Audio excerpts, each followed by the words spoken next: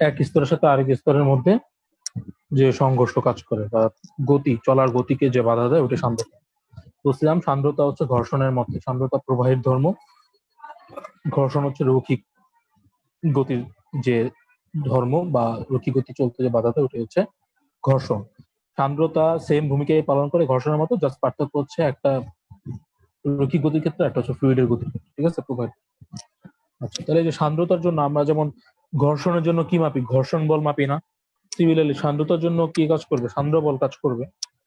আচ্ছা, তো সান্দ্র বল হচ্ছে আমরা কেমনে বের করবো, ঠিক আছে, সান্দ্র বলটা বের করবো।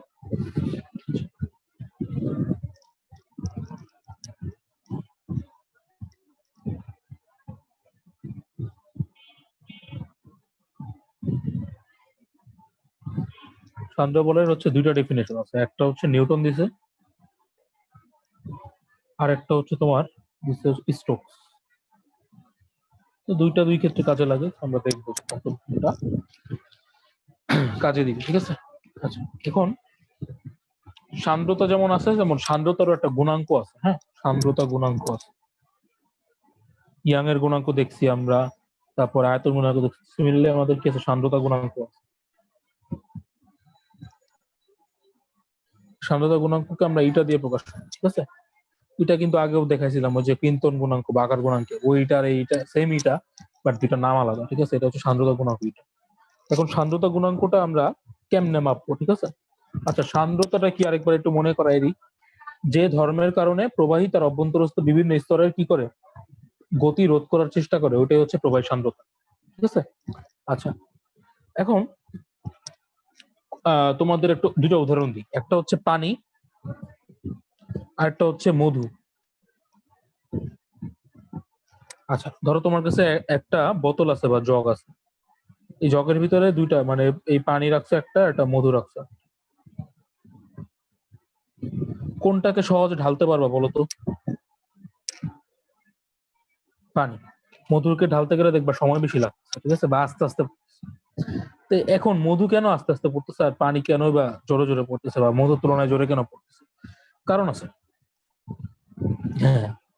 কারণ হচ্ছে মধুতে কি, যে আপেক্ষিক যে বাধাটা দেয় এই বাধাটা বেশি। ওই যে একটা স্তর মনে আছে আমি দেখাইছিলাম, যে উপরের স্তরটা অনেক দ্রুত চলে, তারপর একটা ধীরে, তারপর একটা ধীরে, তারপর ধীরে। যার এটাতে বাধা বেশি হবে সে কি হবে, আস্তে আস্তে পড়বে।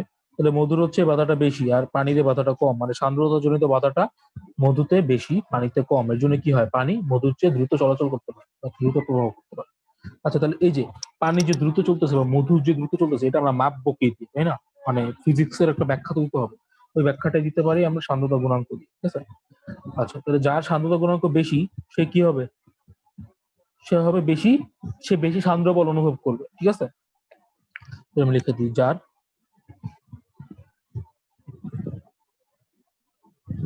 সান্দ্রতা গুণাঙ্ক বেশি তার কি হবে, সান্দ্র বল বেশি হবে।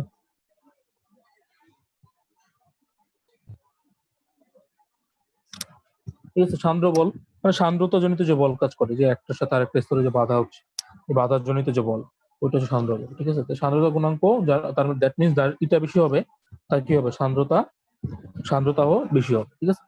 আচ্ছা, এখন এই সম্পর্কিত মানে এই যে সান্দ্র বলটা আমরা কেমনে তাহলে বের করবো, যে এখানে যে বললাম সান্দ্র বলে এটা আমরা কেমনে বের করবো, এটার জন্য আমাদের নিউটন হচ্ছে একটা সূত্র দিচ্ছে। নিউটনের সূত্র হচ্ছে একটা না, অ্যাকচুয়ালি দুটো সূত্র দিচ্ছে। যে এই যে সান্দ্র বলটা, এটা দুইটা জিনিসের উপর ডিপেন্ড করে। প্রথমত সান্দ্র বলটা হচ্ছে পরিবাহীর যে প্রবাহী আছে, প্রবাহী তার ক্ষেত্রফলের উপর নির্ভর করে, তাহলে এফ প্রপোর্শনাল টু এ, ঠিক আছে। এটা নিউটন বলছে যে, প্রথম যে নিউটন বলছে প্রবাহের ক্ষেত্রে সান্দ্রতা বল হচ্ছে ক্ষেত্রফলের সমানুপাতিক, ঠিক আছে। এটা হচ্ছে প্রথম। হ্যালো, কথা শোনা যায়? আচ্ছা, প্রথমে হচ্ছে যে সান্দ্রতা বল হচ্ছে এই ক্ষেত্রফলের সমানুপাতিক, আর সেকেন্ড যে সূত্রটা হচ্ছে এটা হচ্ছে এই সান্দ্র বলটাই আবার একটা জিনিসের সমানুপাতিক, সেটা হচ্ছে বেগ অবক্রম ডিভি বাই ডিওয়াই, ঠিক আছে।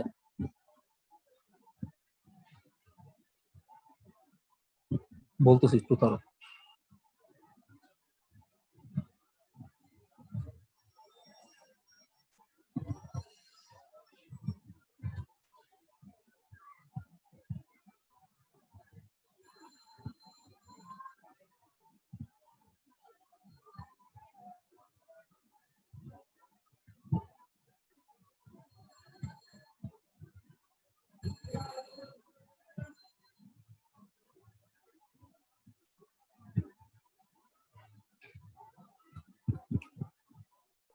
আচ্ছা, ডিভি বাই ডিওয়াই এর সমানুপাতিক। হ্যাঁ, এটাকে কি বললাম? বেগ অবক্রম, ভয়ের কিছু না, কঠিন করে লিখছে, ঠিক আছে? বেগ অবক্রম। তো বেগ অপক্রমটা কি? বেগ অপক্রম মানে হচ্ছে বেগের ডিফারেন্সিয়াল, বুঝছো? দ্যাট মিন্স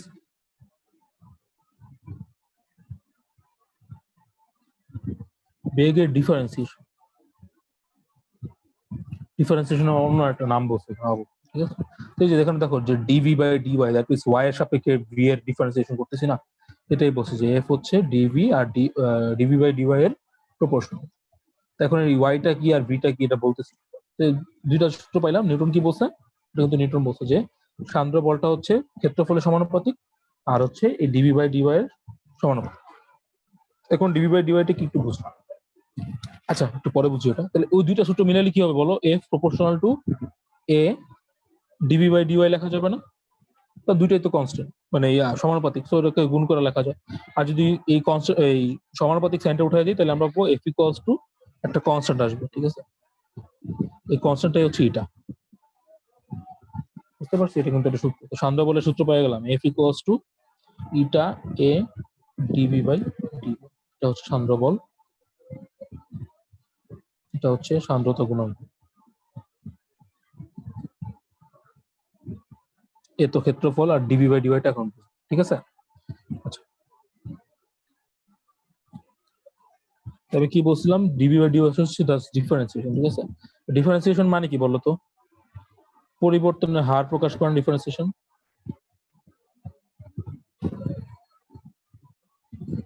পরিবর্তনের হার প্রকাশ করে, ঠিক আছে? তো তোমরা জানো যে যখন আমরা ডিএক্স, ধরো ডিওয়াই বাই ডিএক্স রাখতাম, তখন কি করতাম? যে কোনটা ঢাল বের করতাম না, যেটা ডিওয়াই এটা DX, tan theta equals to DY by DX, মনে আছে? এটা থিটা হইলো। দেখ, আমরা ডিওয়াই বাই ডিএক্স এ নরমালি ঢাল বের করতাম, ঠিক আছে? ডিফারেন্সিয়েশন মানে ঢাল, আমি বলছি, যে আমি বের করে দেখাচ্ছি। যাই হোক, এখন দেখো ডিওয়াইটা কি আর ডিএক্সটা কি। ধরো এটা হচ্ছে একটা প্রবাহ, হচ্ছে পানির বা যে কোনো প্রবাহী, ধরো দিক বরাবর ফ্লো হচ্ছে, ঠিক আছে? তা আমাদের কি এটা ডিভি বাই ডিওয়াই না? তো এখানে যে উপরের স্তরে একটা বেগ আছে, নিচের স্তরে একটা বেগ আছে, হ্যাঁ? প্রতিটা লেয়ার আলাদা আলাদা বেগ আছে। এটা ভি ওয়ান, এটা ভি টু, ভি থ্রি, এটা ভি, ঠিক আছে? তো দেখো একটা স্তরের সাথে আরেকটা স্তরে কি আছে? তো দূরত্ব আছে না? এই দূরত্বটাই হচ্ছে ডিওয়াই।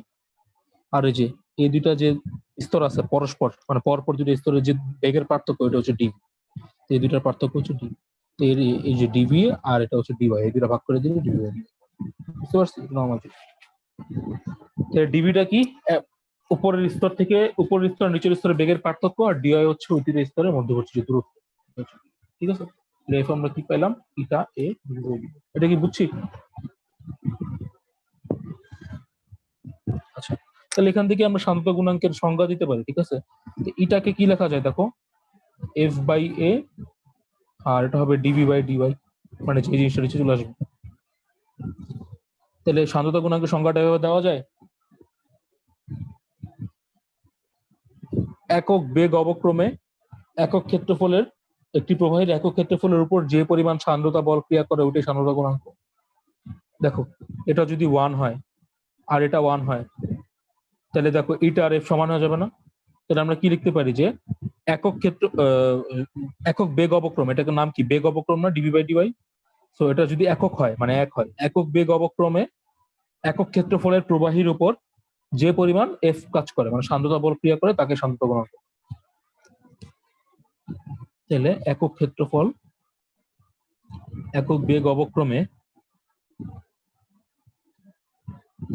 একক ক্ষেত্রফলের প্রবাহীর উপর যে পরিমাণ সান্দ্র বল ক্রিয়া করে,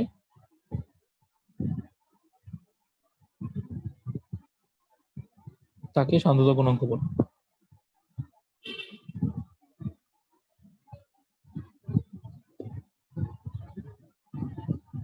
ঠিক আছে?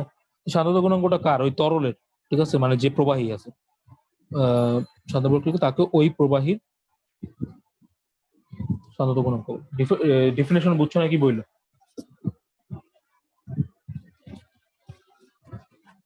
আমি যদি একটু রিক্যাপ করি, নিউটন বলছে যে সান্দ্রতা বলটা হচ্ছে প্রবাহের ক্ষেত্রফলের উপর ডিপেন্ড করবে, that is S proportional to A. আরেকটা জিনিসের উপর ডিপেন্ড করবে ডিভি বাই ডিওয়াই, এটাকে আমরা বেগ অপক্রম বলতেছি। দুইটার সাথে প্রপোর্শনাল, তাহলে আমরা যদি দুইটা গুণ করে দিই তাহলে প্রপোর্শনাল থাকবে, তাহলে F proportional to A DV by dy. আর এখান থেকে যদি প্রপোর্শনাল সাইন উঠায় দাও তাহলে একটা কনস্ট্যান্ট আসবে, ওটাকে আমরা নাম দিচ্ছি ইটা, যেটা হচ্ছে সান্দ্রতা গুণাঙ্ক। তারপরে আমরা কি করলাম, যে ডিভি বাই ডিওয়াই এর ব্যাখ্যাটা দিলাম। ডিভি হচ্ছে পরপর দুইটা স্তরের মধ্যে বেগের পার্থক্য, আর ডিওয়াই হচ্ছে তার দূরত্ব। আর এটা কি হবে, তাহলে এটা ডেফিনিশনটা আমরা এখান থেকে দিতে পারি F by A DV by D. যদি নিচে দুইটা এক এক ধরে নিই আমি, তাহলে ইটা আর এফ সমান হবে, এভাবে সংজ্ঞা দিতে হয়।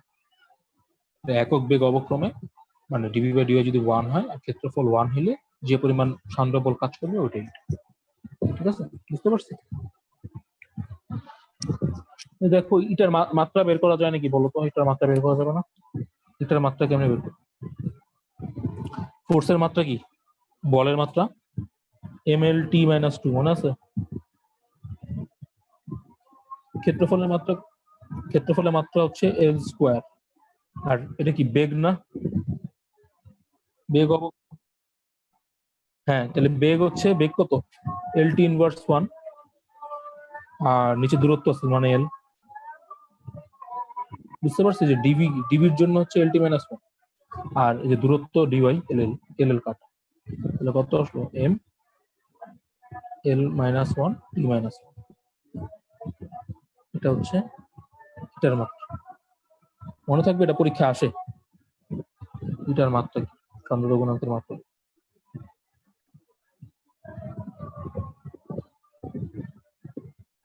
এটা এককটা কি হবে বলো তো? এম বরাবর কি হবে? কেজি। এল কি দূরত্ব না? তাহলে এম ইনভার্স টাইম হচ্ছে এস, তাহলে এস এটা হচ্ছে এক। বুঝতে পারছি? আচ্ছা, হ্যাঁ,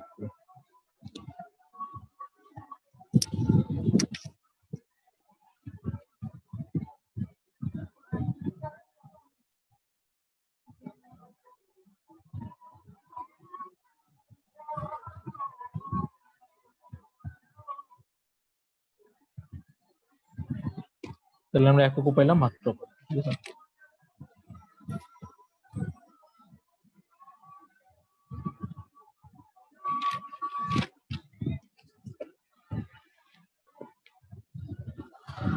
আচ্ছা। তাহলে এই সান্দ্রতা তো একটা ধর্ম, তাই না? সান্দ্রতার উপর হচ্ছে টেম্পারেচারের কিছু প্রভাব আছে, একটু দেখবো। সান্দ্রতার উপর তাপমাত্রার প্রভাব, টি এর প্রভাব। তাহলে আমরা জানি প্রবাহী কয় প্রকার? দুই প্রকার না? একটা হচ্ছে তরল পদার্থ, আর একটা হচ্ছে গ্যাসীয় পদার্থ। ঠিক আছে, প্রবাহী দুই প্রকার, যে আমি ফার্স্ট দিনে বলছি। তরল পদার্থের উপর টেম্পারেচারের প্রভাব একরকম, আবার গ্যাসীয় পদার্থের ক্ষেত্রে আরেক রকম। ঠিক আছে, প্রথমে হচ্ছে তরল পদার্থ। তরলের ক্ষেত্রে হচ্ছে যে সান্দ্রতা গুণাঙ্কটা প্রপোর্শনাল টু 1/t। তার মানে কি? ব্যস্তানুপাতিক। দ্যাট মিনস তরলের ক্ষেত্রে তুমি যদি টেম্পারেচার বাড়াও তাহলে কি হবে? সান্দ্রতা কমবে। এটা কি বুঝাইতে পারতেছি? তরল যদি হয় তাহলে টেম্পারেচার বাড়াইলে সান্দ্রতা কমবে। আচ্ছা, তো এটা আমি তোমাকে একটা কথা বলে দিলাম, আর তুই কেন মেনে নিবে না? এটা অবশ্যই একটা ব্যাখ্যা আছে। তো ব্যাখ্যাটা কি দেখো, তাহলে এই জিনিসটা অনেক সময় পরীক্ষা আসে, তো এই ব্যাখ্যাটা একটু বুঝতে হবে। এটা যে প্রপোর্শনাল টু 1/t আসলো, এটা কেমনি আমরা করি? এটা ব্যাখ্যাটা আছে তোমার মলিকুলার থিওরি আছে, একটা বড় ক্লাসের জিনিস। এরকম কিছু মানে জাস্ট ব্যাখ্যাটা দেওয়ার জন্য তোমাকে এটা লিখতে হবে। মলিকুলার থিওরি বাংলা হচ্ছে আণবিক তত্ত্ব। ওখানে এরকম একটা ইকুয়েশন পাবা, log eta equals to a plus b/t। ঠিক আছে, যেখানে a আর b কনস্ট্যান্ট। এখানে দেখো ইটার সাথে টি এর সম্পর্কটা কি? ব্যস্তানুপাতিক না? এখান থেকে মেনলি এই জিনিসটা আসছে। এটা জাস্ট মনে রাখবা তুমি, ঠিক আছে? কাইন্ড অফ মুখস্থ। a আর b কনস্ট্যান্ট। আচ্ছা, তো শুনো এটা কেন হচ্ছে।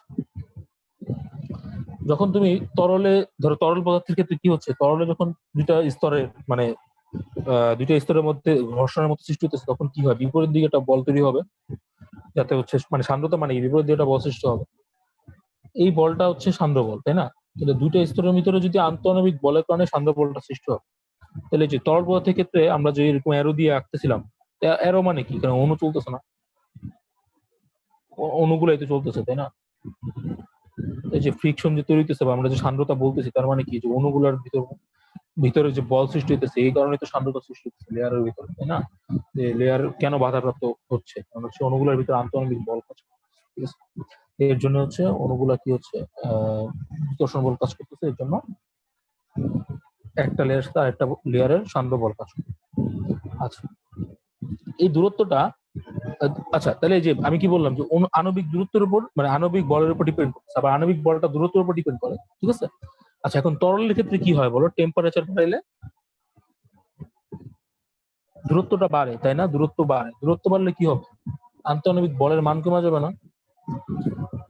হ্যাঁ, তো যেহেতু এখানে অণুগুলা, দেখো অণুগুলা কাছাকাছি থাকলে যে বিকর্ষণ হবে, মানে যে ধরনের ফ্রিকশন তৈরি হবে, দূরে চলে গেলে ফ্রিকশনটা কমবে না? তাহলে দেখো যে টেম্পারেচার বাড়লে কি হইতেছে, দূরত্ব বাড়তেছে, দ্যাট মিনস ফ্রিকশনের যে ফ্রিকশন হওয়ার সম্ভাবনাটা কমে যাচ্ছে, এর জন্য টেম্পারেচার বাড়লে এটা কমবে। ব্যাখ্যাটা কি বুঝতে পারছো? খুবই সিম্পল ব্যাখ্যা। ইকুয়েশনটা জটিল, বাট ব্যাখ্যাটা অনেক সোজা। আমি আরেকবার বলি, যে তরলের যে সান্দ্রতা বা সৃষ্টি হচ্ছে, এটা তরলে যে সৃষ্টি হচ্ছে, তরল কি দিয়ে তৈরি? অবশ্য অণু দিয়ে তৈরি। তরলের অণুগুলোর ভিতরে যে বিকর্ষণ বল কাজ করতেছে বা আকর্ষণ বল কাজ করতেছে, ওগুলোর জন্যই তো একটার সাথে আরেকটা কি হয়, আপেক্ষিক বেগের সৃষ্টি হয়। মানে একটা লেয়ারের তুলনায় অপর লেয়ার কম বেশি দূরত্ব, মানে বেগ পায়। এটার রিজন কি? এখন তুমি যদি এখানে টেম্পারেচার বাড়ায় দাও, তো টেম্পারেচার বাড়ায় দিলে দূরত্বটা বাড়বে, তাহলে দূরত্ব বাড়লে কি হবে? বিকর্ষণ বলটা কি হয়ে যাবে? কমে যাবে। টেম্পারেচার বাড়লে তাহলে কি হবে? সান্দ্রতাটা কমে যাবে। টেম্পারেচার যদি তুমি কমায় দাও, তাহলে কি হবে? আন্তঃআণবিক দূরত্ব কমে আসবে, তাহলে কি হবে? বলটা বেড়ে যাবে না? বল যদি বেড়ে যায়, তাহলে সান্দ্র বল বাড়বে না। কারণ কি, তাহলে যদি কাছাকাছি চলে আসে, অণুগুলোর ভিতরে বিকর্ষণ আবার বেড়ে যাবে। বুঝতে পারছি?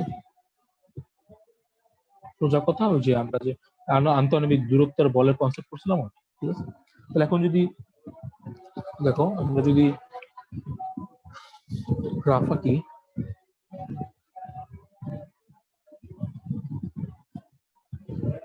গ্রাফ আঁকলে গ্রাফটা এরকম হবে। এদিক বরাবর ইটা রাখলাম, আর এদিক বরাবর 1/t রাখলাম। যদি টি বাড়ে ইটা কমবে, তাহলে 1/t বাড়লে ওইটা বাড়বে, তাহলে গ্রাফটা কাইন্ড অফ এরকম, ঠিক আছে? মনে রাখবা, চিত্র ক্ষতে আসাতে টি বাড়লে ইটা বাড়বে না, তো টি বাড়া মানে কি 1/t কমা, বাট টি কমা মানে কি 1/t বাড়া। বুঝলি? 1/t বাড়তেছে, এটাও বাড়তেছে, একটু সমানুপাত। গ্রাফ বুঝছো?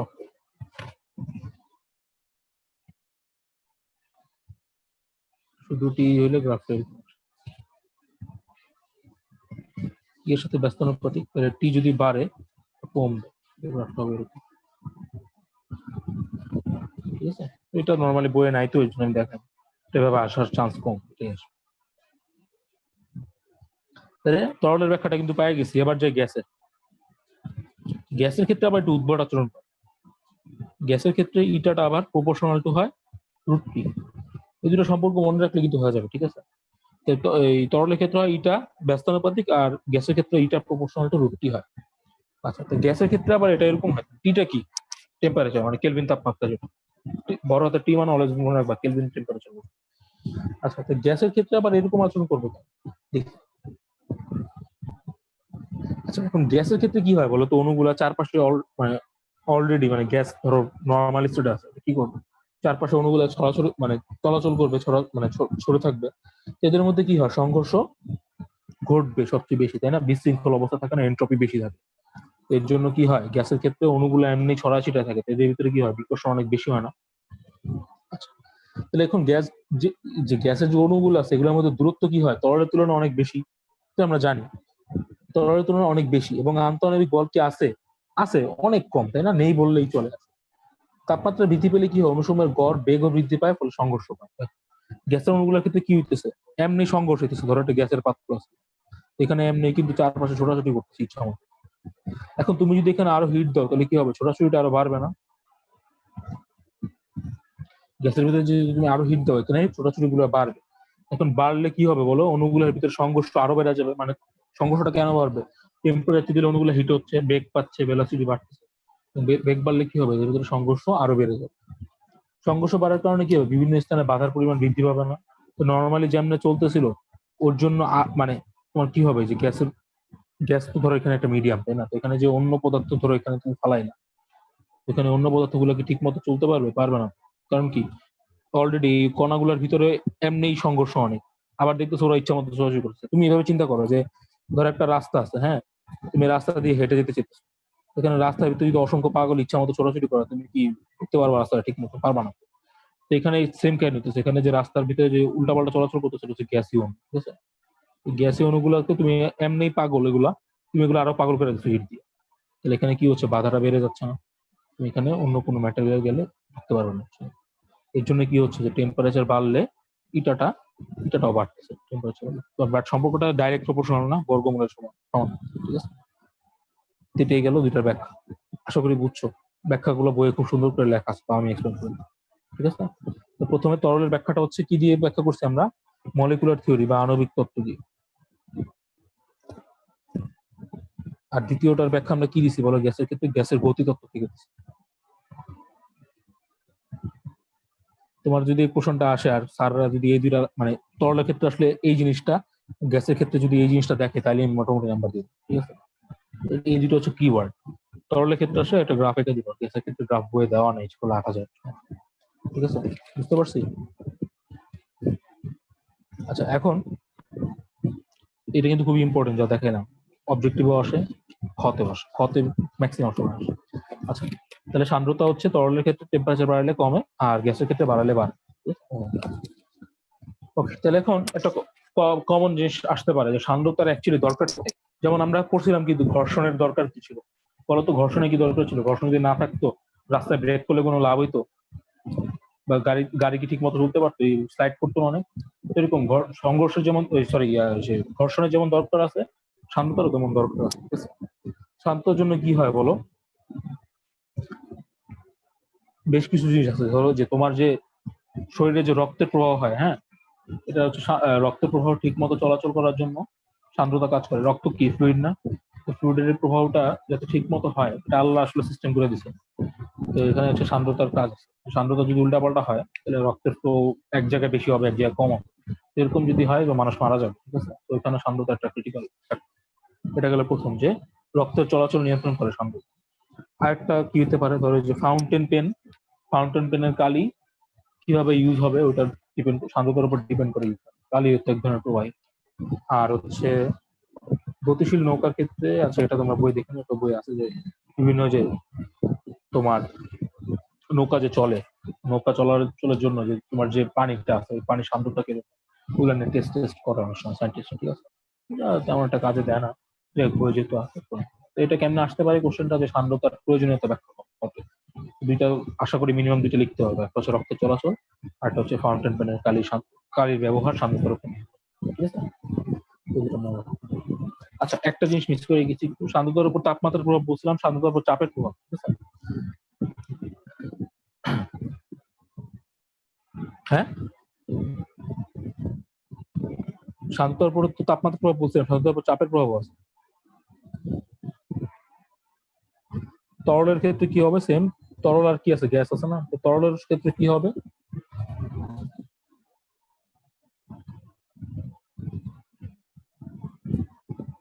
চাপ যদি বাড়াও, সান্দ্রতা বাড়বে, চাপ কমাইলে সান্দ্রতা কমবে, ঠিক আছে?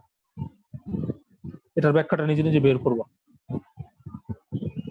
ওই আগেরটার মধ্যে আন্তঃনবিক গতি দিয়ে ব্যাখ্যাটা করা, ব্যাখ্যা করা, ঠিক আছে? তরলের ক্ষেত্রে চাপ হচ্ছে সান্দ্রতার সমানুপাতিক, এমনি মনে রাখবো। আবার গ্যাসের ক্ষেত্রে আবার সান্দ্রতার চাপের কোনো প্রভাব নেই, ঠিক আছে?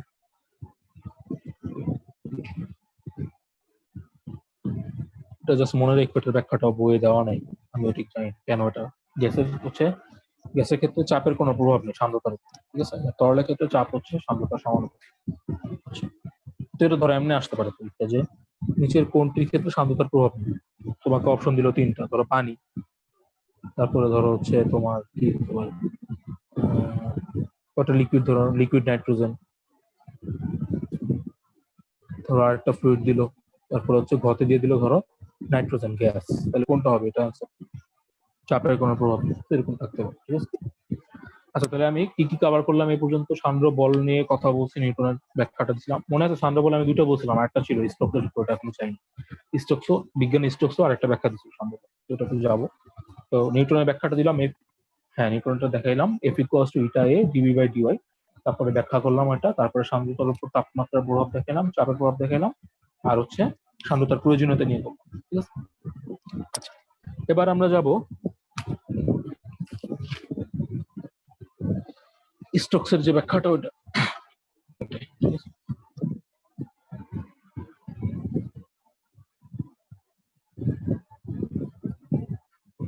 বিজ্ঞানী স্টোকস বলছে যে তোমার যে সান্দ্র বলটা আছে ওটা হচ্ছে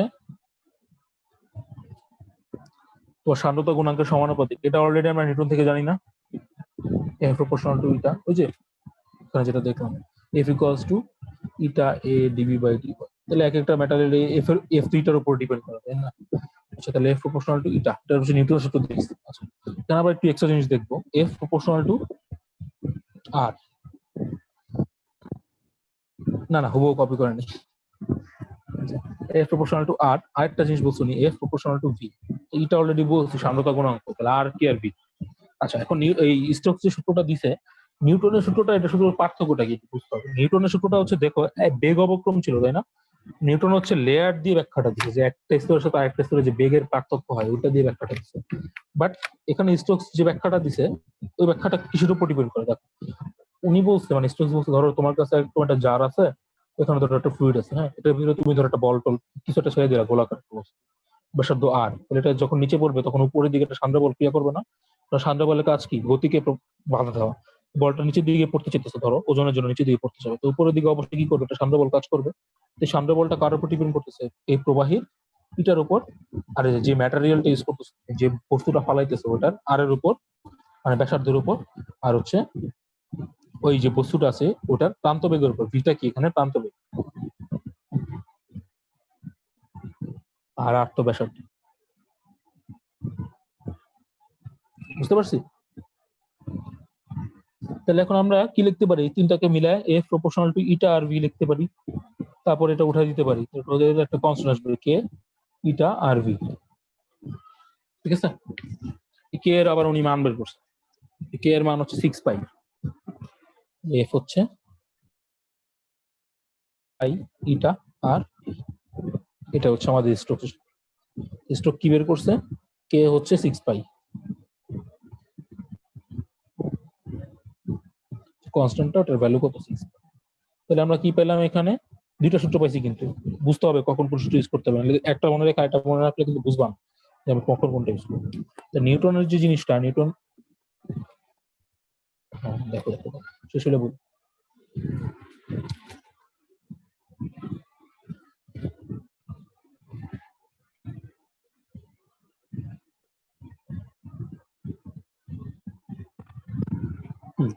তাহলে এখন দুইটা সূত্র পাইছি, একটা হচ্ছে নিউটন দিচ্ছে, একটা হচ্ছে স্টোকস। আমি একটু আগে বললাম যে কথাটা আবার রিপিট করি, যে নিউটনেরটা হচ্ছে লেয়ারের উপর ডিপেন্ড করে নিয়ে দিচ্ছে, তাই না? যে একটা লেয়ারের সাথে আর একটা লেয়ারের যে বেগের পার্থক্য হয় ওটা ডিপেন্ড। এটার সূত্র দেখো ইটা এ ডিবি বাই ডিওয়াই, তাই না? বেগ, যে বেগের পার্থক্য, যে বেগের পার্থক্য কোথায় হয়? লেয়ারের ভিতরে হয়। আর যে স্টোকস যে বিজ্ঞানী, উনি কি করছে? স্টোকস সূত্রটা হচ্ছে তোমার যে ম্যাটেরিয়াল পড়তেছে ওর উপর ডিপেন্ড করে, মানে যে পদার্থ নিচে পড়তেছে বা গড়ায় যাচ্ছে একটা প্রবাহের ভিতর দিয়ে, এটার ক্ষেত্রে এফ হচ্ছে 6 পাই ইটা আর ভি। আরটা কি? যে যে পড়তেছে, যে প্রবাহীর ভিতর দিয়ে চলাচল করতেছে তার ব্যাসার্ধ, আর ভি হচ্ছে প্রান্ত। ওই প্রান্ত বেগ কার হয়? যে পরে তার না। বৃষ্টির পানি ফোঁটা ধরে পড়তেছে, তাহলে কার প্রান্ত বেগ হবে? বৃষ্টির ফোঁটার, যার ভিতর দিয়ে পড়তেছে তার প্রান্ত বেগ, যে পড়তেছে তার প্রান্ত বেগ, তাই না? যে পড়তেছে তার প্রান্ত। পার্থক্যটা বুঝছো কখন কোনটা ইউজ করবা? সেটা কোশ্চেন দেখলে অ্যাকচুয়ালি বোঝা যাবে যে তুমি কখন কোনটা ইউজ করবা। এটা বেশি একটা আসে না, এটা সবচেয়ে ইম্পর্টেন্ট। ঠিক আছে, আশা করি বুঝছো দিটা। এখন তুমি যদি আমার জিজ্ঞাসা করো ভাইয়া উনি 6 পাই পাইলো কেন, এটার অ্যান্সার কিন্তু আমার কাছে নাই। ঠিক আছে, এটা সায়েন্টিস্ট নিয়ে বের করছে, তোমরা রিসার্চ পেপার পড়তে পারো যে, যদি ইচ্ছা করো। ঠিক আছে, যাই হোক, এটা আমাদের এখন স্বতঃসিদ্ধ মেনে নিতে হবে, যেহেতু বই আছে। তোমার যদি আরো ঘাটতে চাইলে ঘাটতে পারো, এটা পাওয়া অবশ্যই। তাহলে আমরা দুটো জিনিস কিন্তু পাইলাম, ম্যাথ পরে করাবো। ঠিক আছে, আচ্ছা, এই যে প্রান্ত বেগ বলতেছি, এই প্রান্ত বেগটা কেমনে বের করবো এটাও বের করা যায়। ঠিক আছে, এটার সূত্রের প্রতিপাদনটা আছে। আচ্ছা, তোমাদের একটা সম্পর্কে মনে হয় আইডিয়া আছে, তোমরা প্রবতা জানো, তাই না? প্রবতা, প্রবতা কি করে বলো?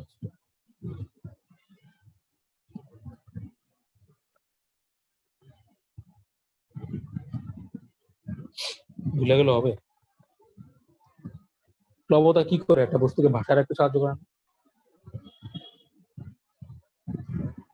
আমি পারি প্লবতা। বলো। ছোটবেলায় পড়তাম অনেক। হ্যাঁ, 90-তে ছিল, বলো।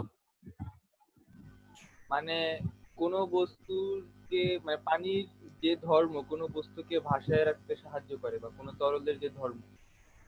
হ্যাঁ, তরলের ধর্ম, পানির নাকি যে কোনো তরলের, বা আমরা যদি স্পেসিফিক্যালি বলি তরল না বলে ফ্লুইড বলি, যে কোনো ফ্লুইডের, ফ্লুইড, হ্যাঁ, যে কোনো ফ্লুইডের কোনো পদার্থকে ভাসিয়ে রাখার যে ক্ষমতা, সেটাই হচ্ছে প্লবতা। ঠিক আছে? তো প্লবতা কি করে, জিনিসটাকে ভাসায় রাখে। এখন তুমি চিন্তা করো যে ধরো তুমি পানির উপর দাঁড়ায় থাকতে চাইছো, হ্যাঁ, তুমি পারবা না তো, হাইপোথেটিক্যালি মানে অনুমান করে নয়, তুমি দাঁড়ায় আছো, তো তোমার এই যে ভাষায় রাখতেছে না পানিটা, মানে তোমার তো নর্মালি ভিতরে ঢুকে যাওয়ার কথা, বাট তোমাকে যে ভাষায় রাখবে সেই ভাষায় রাখাটাই কি প্লবতা কাজ করে। ঠিক আছে? মানে প্লবতাটাই তোমাকে ভাষায় রাখতে সাহায্য করে। তো প্লবতাটা বুঝতেই পারতেছো, তো তুমি যেহেতু দাঁড়ায় থাকতে চাইতেছো, তুমি নিচের দিকে যেতে চাইতেছো, তো নিচের দিকে কে কাজ করতেছে? ওজন। মানে তুমি যেদিকে যাইতে চাইতেছো অ্যাকচুয়ালি তার উল্টা দিকে কাজ করে প্লবতা, তাই না? তাহলে তো জিনিসটা ভাষা রাখতে পারবে। তো সোজা কথা হচ্ছে প্লবতা হচ্ছে গতির উল্টা দিকে কাজ করবে। সিমিলারলি সান্দ্র বল কি করে? সান্দ্র বলের ব্যাখ্যাটা হচ্ছে ঘর্ষণ দিয়ে, আর প্রবতার ব্যাখ্যাটা হচ্ছে এটা হচ্ছে ধর্ম। ঠিক আছে? আচ্ছা, আমি কেটে আবার দিই, এটা যাবে কল, লিঙ্ক দিচ্ছি।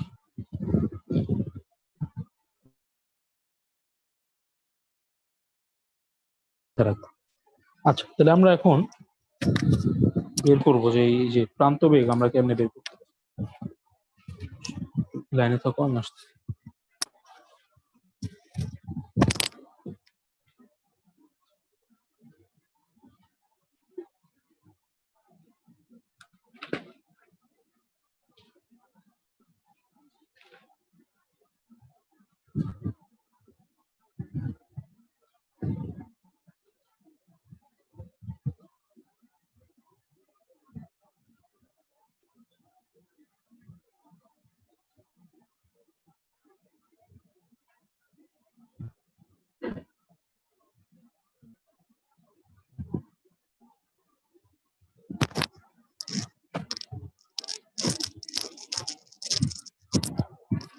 হুম, আচ্ছা, যেটা বলতেছিলাম,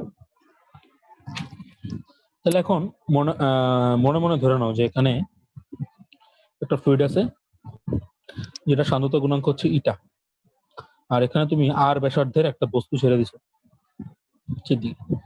আচ্ছা, তাহলে এখন এই ফ্লুইডটা পড়তে পড়তে একটা সময় যে অন্তবেগ প্রাপ্ত হবে, ধরলাম এখানে সে অন্তবেগ প্রাপ্ত হয়েছে, সেটা হচ্ছে ভি। অন্তবেগটা কি বলো? বা অন্তবেগ বা প্রান্তবেগ একই কথা। তো প্রান্তবেগটা কি বলো? প্রান্তবেগটা কনস্ট্যান্ট হয়ে যায় না? দ্যাট মিনস যেমন গত গ্রাফ দেখাছিলাম, সময়ের সাথে সাথে কি হয়, বেগটা বাড়তে বাড়তে একটা পর্যায়ে কনস্ট্যান্ট হয়ে যায়। এটাই তো ভি, তাই না? তাহলে বেগ যদি কনস্ট্যান্ট হয়, বেগ কনস্ট্যান্ট হওয়া মানে কি বলতো? ত্বরণ শূন্য হয়ে যায় না জিনিসটা? আমি বলছিলাম যে ইনিশিয়ালি ত্বরণ হইতে থাকে, পরে যেতে ত্বরণটা জিরো হয়ে যায়। এখানে কিন্তু কনসেপ্টটা ক্লিয়ার রাখতে হবে, এখানে বস্তুটা আস্তে আস্তে ত্বরণ হইতে হইতে এই জায়গায় যাওয়া, ত্বরণটা শূন্য হয়ে যাচ্ছে, তাই না? তো যখন যে অবস্থায় ত্বরণটা শূন্য হয়, ওই অবস্থায় যে বেগটা থাকে ওটাই তো প্রান্তবেগ। তো যাই হোক, এখন যখন এই বস্তুটা নিচের দিকে পড়তেছে, আমি আরেকবার চিত্রটা আঁকি। ধরো এখানে আছে, হ্যাঁ, এই বস্তুটার উপর কয়টা বল কাজ করতেছে একটু চিন্তা করো। বস্তুটা নিচের দিকে কেন পড়তেছে? এটা ওজনের জন্য। এটা হচ্ছে ওজনের জন্য নিচে পড়তেছে। আর একটা ফোর্স তো আছে উপরের দিকে, কে? সান্দ্র বল, এফ। আর একটা ফোর্স আছে না, ইজিপ্টকে বললাম প্লবতা, তো এটাও তো উপরের দিকে। তাহলে উপরের দিকে কি, বুঝতে পারছি? তাহলে উপরের দিকে কাজ করতেছে, এটা কি? সান্দ্র বল। আর এই বলটা কি? প্লবতা। ঠিক আছে? আর ধরো এই যে যে বস্তুটা পড়তেছে ওটার ঘনত্ব ধরলাম রো, বস্তুর ঘনত্ব রো ধরলাম, আর এখানে যে তরলটা আছে বা ফ্লুইডটা আছে এটার ঘনত্ব, এটারও তো ঘনত্ব আছে, এটার ঘনত্বটা হচ্ছে সিগমা বললাম। বেশ কিছু জিনিস কিন্তু লিখছি। তো আগে ফোর্স গুলো দেখো, আরেকবার বলি, ফোর্স হচ্ছে তিনটা কাজ করে। এটা নিচের দিকে, যেটার জন্য নিচে পড়তেছে ওজন ডাব্লিউ। উপরের দিকে কি কাজ করে? সান্দ্র বল হচ্ছে গতির বিপরীত দিয়ে কাজ করে, নিচের দিকে পড়তেছে অবসান্দ্র বল উপরে দিয়ে কাজ করে, এফ। আর প্লবতা তো অলওয়েজ উল্টা দিকে কাজ করে, সেই জন্য এফ প্লাস ইউ উপরের দিকে, যেহেতু, হ্যাঁ হ্যাঁ, পানি না, এটা যে কোনো তরলের ঘনত্বটা, মানে যে ফ্লুইড আছে, তরলের ঘনত্বটা হচ্ছে সিগমা। আর যে বস্তুটা পড়তেছে নিচে ওটা হচ্ছে রো, ওটার ঘনত্বটা হচ্ছে রো। ঠিক আছে? ক্লিয়ার? উপরে তাও লিখে রাখি বস্তুর ঘনত্ব। ঠিক আছে? আচ্ছা, তাহলে এখন বলো প্রান্ত বেগটা যখন পাবে ও, তখন কি হবে বলো তো? এই যে মানে এই যে বস্তুটা আছে এটার উপর নেট ফোর্স জিরো হয়ে যাবে না? চিন্তা করো, কারণ কি, যে বেগটা কনস্ট্যান্ট হয়ে যেতেছে, যেহেতু বেগ কনস্ট্যান্ট হয়ে যেতেছে, ত্বরণ জিরো হয়ে যাবে। ত্বরণ জিরো মানে কি, ফোর্সও জিরো। তাহলে যে যে মোমেন্টে এই বস্তুটার প্রান্তবেগ প্রাপ্ত হবে, সেই মোমেন্টে কি হবে, এই বস্তুটার উপর নেট ফোর্স জিরো হবে। তাহলে আমরা লিখতে পারি না, যখন প্রান্তবেগ প্রাপ্ত হবে, কখনো বেটা তো আমরা জানি না, তো যখন হবে হোক সমস্যা নেই। যখন প্রান্তবেগ প্রাপ্ত হবে তখন কি হবে, এই যে নিচের দিকে কি আছে ডাব্লিউ, আর উপরের দিকে কি আছে এফ প্লাস ইউ, এই দুটো সমান হয়ে যাবে। বুঝতে পারছি? সমান হয়ে গেলে তো নেট ফোর্স জিরো, উপরে আর নিচে সমান, তাই না? আচ্ছা, এখন ডাব্লিউটাকে আমরা কি লিখতে পারি, ওজন না? তো ওজন হচ্ছে এমজি। এফ একটু আগে কি দেখলাম, সান্দ্র বল 6 পাই ইটা আর ভি,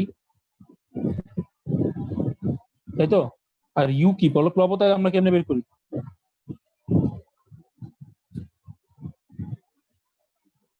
বলো। প্লবতা আমরা বের করি, প্লবতার জনিত বলটা বের করি আমরা অপসারিত তরলের আয়তন, অপসারিত তরলের ওজন।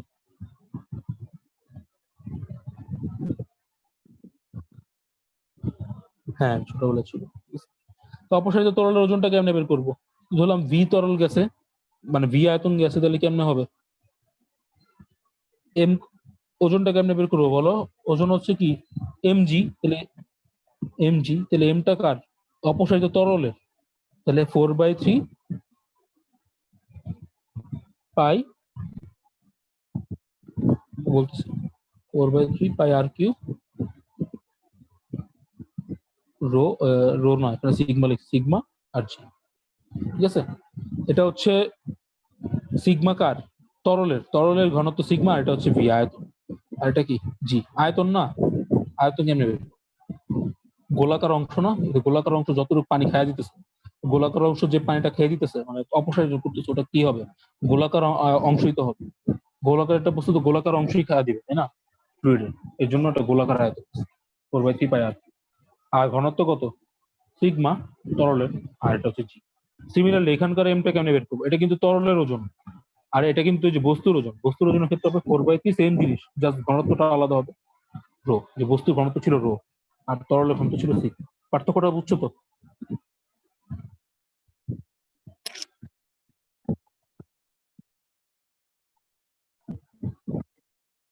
হ্যাঁ, হ্যাঁ, হ্যাঁ, হ্যাঁ। গোলকটা যা সরাইতেছে, তো গোলক তো নিজে গোলাকার, তাহলে যে পানিটা সরাবে, ওই যে সরাইছে ওই অংশটুকু গোলাকার হবে। বুঝতে পারছো? তাহলে আমরা লিখতে পারি কি, দেখো এমজি কে লিখতে পারি 4/3 পাই। পার্থক্য বুঝতে তো, দুইটা এম এর। তো এই তরলের যেটা প্রবতার ক্ষেত্রে ঘনত্বটা সিগমা হবে, কারণ তরল সরাইতেছে। আর এমজির ক্ষেত্রে, মানে যে ওজনের ক্ষেত্রে, ঘনত্বটা হবে বস্তুর ঘনত্ব। 4/3 পাই আর কিউব রো জি এই পাশে, আর এখানে হবে 6 pi eta r V plus 4/3 pi r cube sigma. বুঝতে পারছি? তাহলে এটাকে এই পাশে নিয়ে আসি, যেহেতু ম্যাচ আছে, আমাদের বের করতে হবে কি, প্রান্তবেগ বের করবো আমরা। তাহলে এই সবকিছু এই পাশে নিয়ে আসবো, তাহলে কি হবে, 4/3 pi r cube rho minus sigma g হবে না, সব সেম, যা সেম তাই সব minus equal to 6 pi eta r V. আমাদের দরকার তো ভি, তাহলে ভি কত আসবে দেখো, উপরে আছে 4/3 pi r cube rho minus sigma জি, নিচে আসবে 6 পাই ইটা আর। কাটাকাটি করো, উপরে 4 নিচে 18, তাহলে 2/9, 2/9 একটা আর কাটা যাবে, তাহলে আর স্কোয়ার রো মাইনাস সিগমা জি 9 ইটা।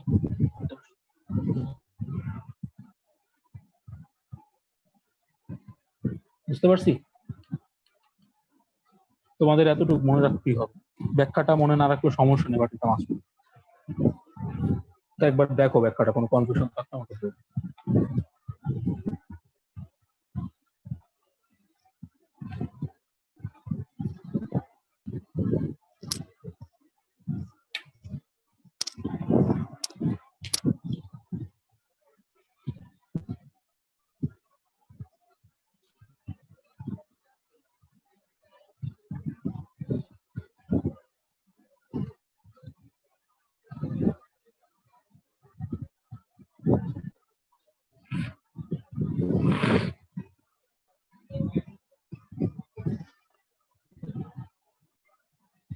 হ্যাঁ বলো কি।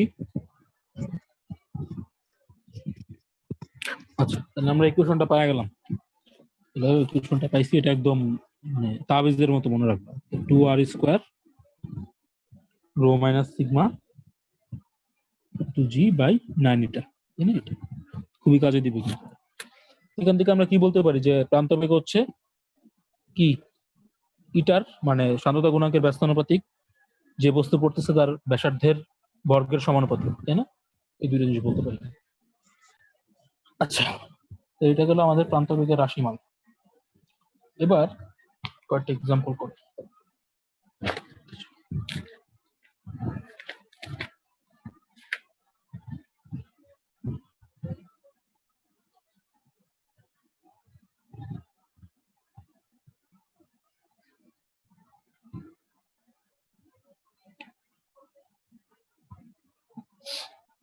হ্যাঁ, একটা সৃজনশীল পাই দিই, বোর্ডের সৃজনশীল এটা করে আজকে ছেড়ে দিব, সমস্যা নেই। আচ্ছা, এখানে একটা জিনিস শুধু মাথায় রাখবা, রো কোনটা সিগমা কোনটা আমাকে একটু একবার বলো তো, ক্লিয়ার করো। এটা সবাই ভুলে যায় এর জন্য। রোটা তরল, হ্যাঁ তরল বা যে প্রবাহ মানে মাধ্যমটার ভিতর দিয়ে পড়তেছে ওটার ঘনত্ব, তাই না? তো প্রবাহীর ঘনত্ব অ্যাকচুয়ালি তো এখানে তরলই হইতে হবে এমন, যার ভিতর দিয়ে যাইতেছে সে মানে প্রবাহিত দুই প্রকারের, তরল আর গ্যাস। গ্যাসের ঘনত্ব হইতে হবে সেটাই। এখন তো কোশ্চেন লিখি আমি, দেখো 10⁻³ কেজি পার মিটার কিউব, এটা কি ঘনত্ব।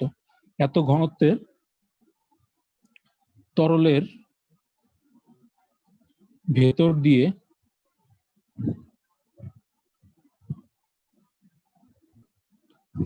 5 × 10⁻⁴ মিটার ব্যাসার্ধের একটি বায়ু বুদবুদ উপরে উঠছে।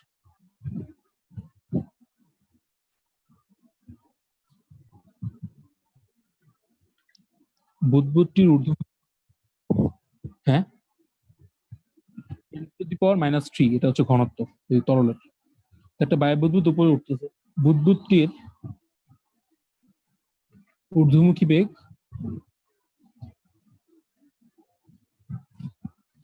5 × 10⁻⁵ মিটার পার সেকেন্ড এবং লোহার ঘনত্ব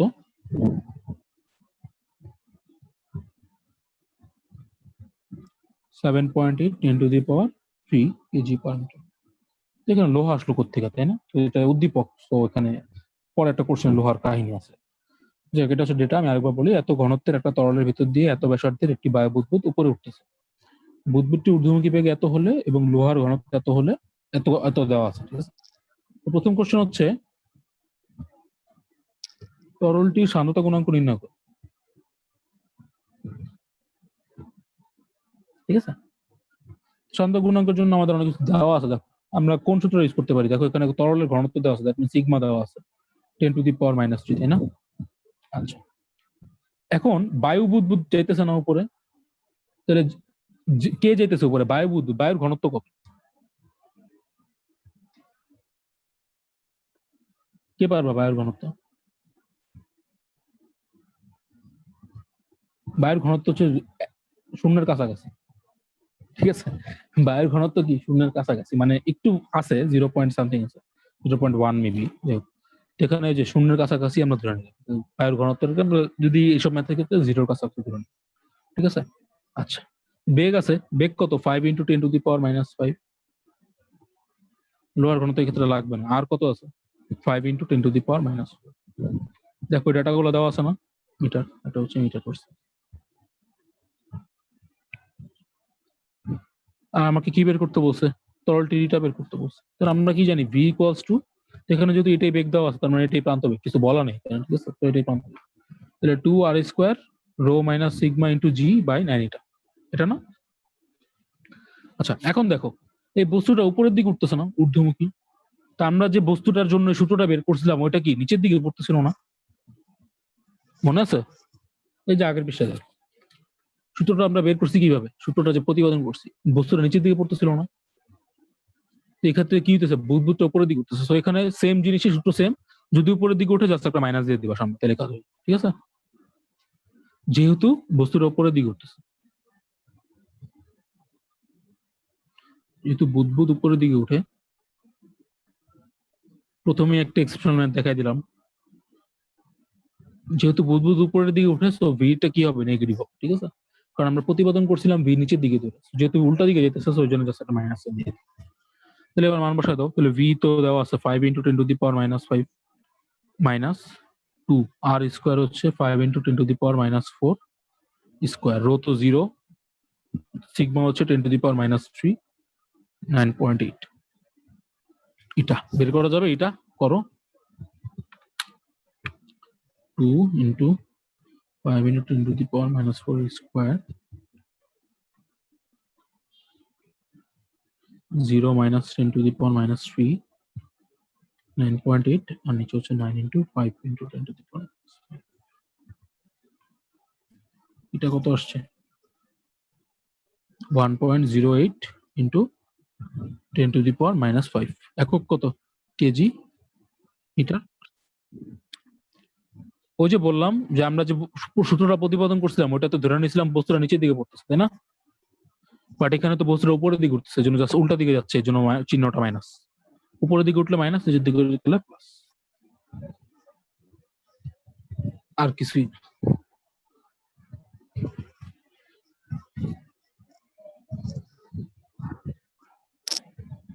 আর তুমি যদি এখানে মাইনাস না দিতে তাহলে অ্যান্সারটা নেগেটিভ আসবে, ঠিক আছে। তুমি লাস্টে লেখা দিতে পারতা, একই জিনিস কিন্তু, আমি তোমাদের বোঝানোর জন্য। যদি এখানে ধরো তুমি মাইনাস দিতে না চাও, তুমি যা জানো তাই ইউজ করবে, ঠিক আছে, অ্যান্সার তো নেগেটিভ আসবে আলটিমেট। অ্যান্সার যদি নেগেটিভ আসে তাহলে কি লিখতে পারো? যেহেতু সাধারণত গুণাঙ্ক নেগেটিভ হয় না, ঋণাত্মক হয় না, সুতরাং এটা ইকুয়ালস টু পজিটিভ। এটা বুঝতে পারছো?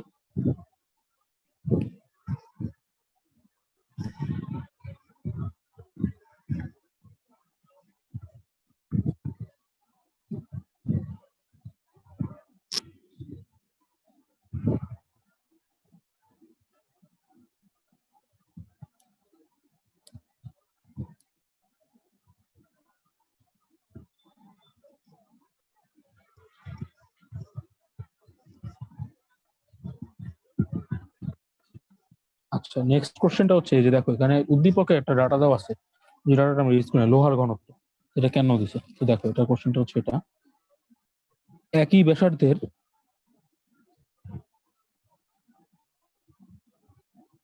একটি লোহার বল ওই তরলে ছেড়ে দিলে তা নিচে যাবে না উপরে উঠবে, ব্যাখ্যা করো। হ্যাঁ, কমন সেন্স তো এটাই বলে, বাট আমাদের ব্যাখ্যা করতে বসতে না, ব্যাখ্যা করবো। তো এখানে যে সূত্রটা ইউজ করছি এটা ইউজ করলাম। তুমি যদি ভিটা পজিটিভ পাও, তার মানে কি নিচের দিকে যাচ্ছে না। তুমি এখানে কি করবা, সূত্র বসাবা, সবকিছু তো দেওয়াই আছে। তো ভি হচ্ছে 2r² rho minus sigma into g divided by 9, এটা তাই না? তো এই সূত্র ইউজ করবা। এই সূত্র ইউজ করে যদি ভিটা পজিটিভ পাও, তার মানে কি বস্তুটা নিচের দিকে পড়তেছে, আর যদি ভি নেগেটিভ পাও, তার মানে কি বস্তুটা উপরের দিকে উঠতেছে। তুমি এই সূত্র ইউজ করলা, করে দেখবা। যদি ভি পজিটিভ পাও, অবভিয়াসলি এখানে ভি পজিটিভ পাবা, কারণ কি রোটা সিগমার চেয়ে বড় এখানে, তাই না? রো কত? 7.8 × 10⁻⁻³ আর সিগমা হচ্ছে 10⁻⁻²। সেটা অবশ্যই এটা পজিটিভ মান আসবে, তাই না? এটাও তো পজিটিভ। এটা কই পাইছো? এটা কিন্তু আগের প্রশ্নে গতে বের করছো, যে এটা এখানে বের করছো, ওইটা বসাই দিবে এখন। তো অবশ্যই এখানে কি আসবে, ভিটা পজিটিভ আসবে। তো এটাই ব্যাখ্যা, যে যেহেতু ভি এর মান ধনাত্মক এসেছে, সুতরাং বস্তুর নিচে দিয়ে। বুঝতে পারছি? সোজা কথা, প্রান্ত বেগের রাশিমালাটা যদি পজিটিভ আসে তাহলে এটা নিচে দিয়ে পড়তেছে, আর যদি নেগেটিভ আসে তাহলে। আগের কোশ্চেনটায় আমরা ধরে নিয়েছিলাম যে নেগেটিভ, তাই না? কারণ কি আমরা জানি যে এটা বলে দিচ্ছে কোশ্চেন নেগেটিভ, উপরের দিকে উঠতেছে, এর জন্য আমরা নেগেটিভ সাইড দিই। ক্লিয়ার?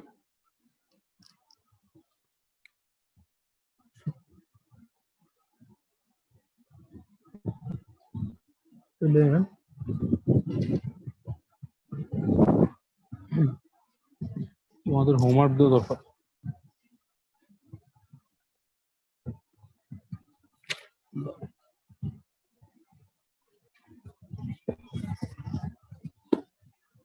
একটা সৃজনশীল দিই, কইরো এটা আমার।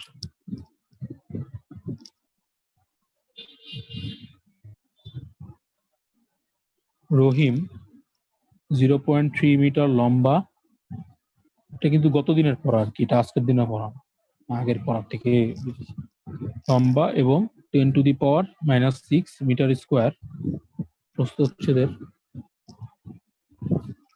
ক্ষেত্রফল বিশিষ্ট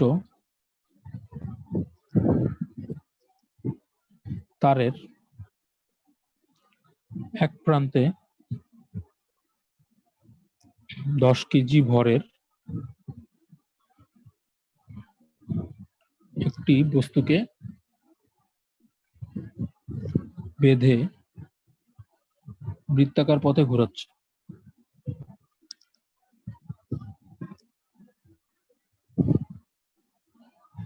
তারটির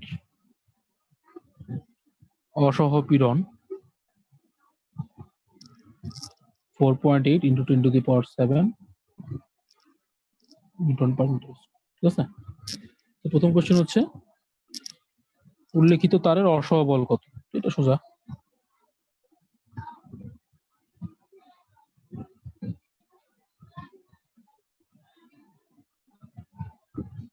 সেকেন্ড কোশ্চেন হচ্ছে রহিম সর্বনিম্ন কত বেগে ঘোরালে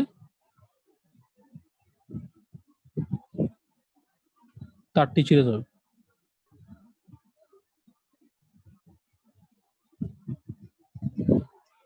ঠিক আছে, এটাই কোশ্চেন। স্ক্রিনশট নিয়ে রাখো সবাই নাকি?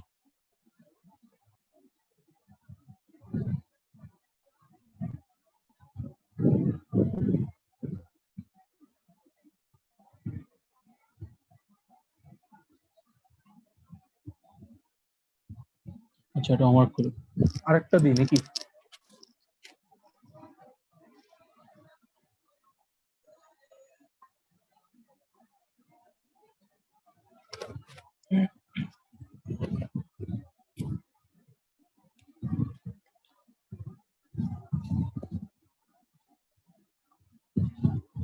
ধরো দুইটা নল আছে এখানে। হ্যাঁ, এখানে একটা গোলক আছে, এটা ধরো R1, এখানে একটা গোলক আছে, এটা হচ্ছে R2। কোশ্চেনে দেওয়া আছে R1 হচ্ছে 2 মিলিমিটার, R2 হচ্ছে 3 মিলিমিটার। এখানে কি করলে ফ্লুইডের ভিতরে ছেড়ে দিলে আর কি, দুটো একই সময় ছেড়ে দিলাম। আচ্ছা, কোশ্চেন হচ্ছে যে ছোট গোলকটা মানে R1, যেটা ছোট গোলকটি প্রান্তবেগ পাওয়ার পর 20 সেন্টিমিটার অতিক্রম করতে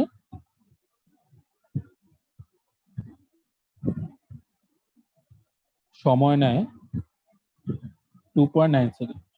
ঠিক আছে, তরলের ঘনত্ব 1.26 × 10⁻³ কেজি পার মিটার কিউব, আর সান্দ্রতা গুণাঙ্ক 0.83 কেজি মিটার পার সেকেন্ড। আর লোহার ঘনত্ব দেওয়া আছে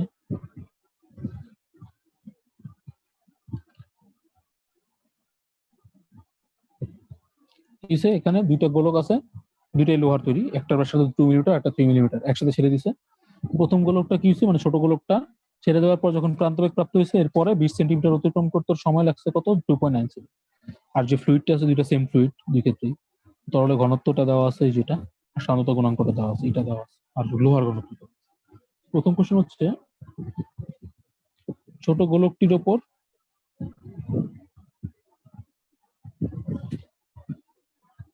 সান্দ্রতা জনিত বল কত। এফ বের করতে বলছে, সব দেওয়াই আছে, এটা পারবা। আর সেকেন্ড কোশ্চেন হচ্ছে কোন গোলকটি আগে নিচে পড়বে।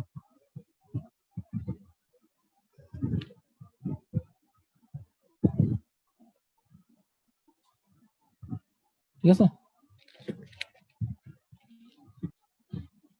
খুব ইজি কোশ্চেন, ট্রাই করবো, না পারলে বলবো। স্ক্রিনশট তুলে রাখো সবাই। আজকে এতটুকু থাকো, হোমওয়ার্ক গুলো করো। চ্যাপ্টার কিন্তু শেষের দিকেই আছে, প্রায় আর কিছু, আর 2-3টা জিনিস বাকি আছে। ঠিক আছে, তোমরা তো কোনো প্রবলেম দাও না কি, বাসায় করো না কি? আচ্ছা, যে অ্যাটলিস্ট যা পড়াই তা দেখে রেখো, মনে থাকে।